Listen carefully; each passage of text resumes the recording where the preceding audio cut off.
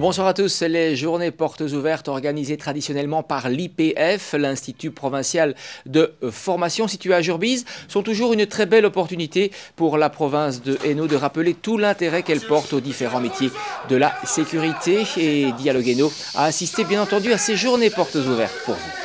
Venez avec nous, monsieur. Venez avec nous. Sortez. Allez, on sort, monsieur. Oui, Jurbie 2 pour Sino.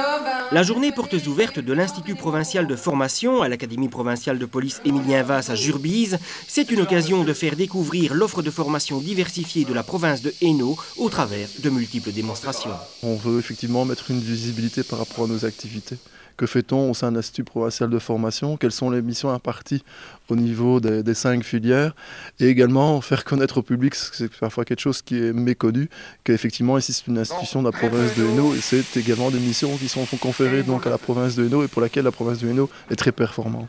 Nous nous sommes toujours investis fortement dans la formation aux différents métiers de la sécurité et beaucoup plus encore en Hainaut depuis la catastrophe de Guilanguien, puisque là nous avons eu un constat par rapport aux formations pratiques des pompiers. C'est la raison pour laquelle on développe tout un projet qui est le seul projet actuellement en Wallonie. La difficulté, je sais que les collègues pompiers ou ici en face, c'est qu'ils ont une partie professionnelle, une partie de volontaires, et dès lors que les volontaires au niveau de la formation sont beaucoup moins disponibles que ne pourraient l'être les professionnels, donc ça engendre une difficulté.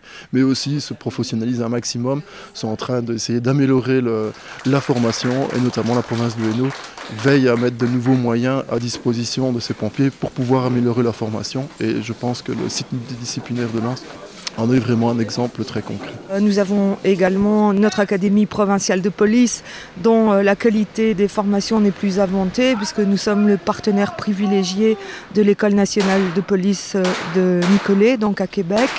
On a un programme très lourd. Donc en 12 mois, c'est relativement condensé, il faut aller très vite. Et dès lors, finalement, ça entraîne une certaine difficulté pour pouvoir construire toutes les compétences utiles sur le terrain. Donc on va voir beaucoup de choses. Donc c'est vrai, pendant 12 mois, durant lesquels il y a une certaine charge de travail. Il y a une charge de travail conséquente, ça demande un sacrifice, ça demande un investissement. Mais l'investissement mérite la peine parce que finalement, le métier de policier est un très beau policier. Est un très beau métier, très varié, avec beaucoup de possibilités d'évolution, ce contact avec la population, garantir finalement une certaine qualité de vie à la population, c'est vraiment quelque chose de très important. Mais l'Institut provincial de formation, c'est aussi la formation des ambulanciers qui rencontre un grand succès, mais ce n'est pas tout. Un service dont on parle peu, mais souvent évidemment dans le cadre de catastrophes. La dernière, c'est l'accident de train à Boisingen. C'est la cellule d'appui psychologique aux intervenants. C'est une cellule de psychologues qui intervient pour aider les policiers, les pompiers, les ambulanciers qui ont été touchés par un traumatisme, puisque c'est eux qui interviennent en première ligne en cas de catastrophe. Vous l'aurez compris, la formation au métier de la sécurité revêt une importance capitale dans notre province, qui est leader en communauté française. Nous avons aussi une filière qui est l'école d'administration.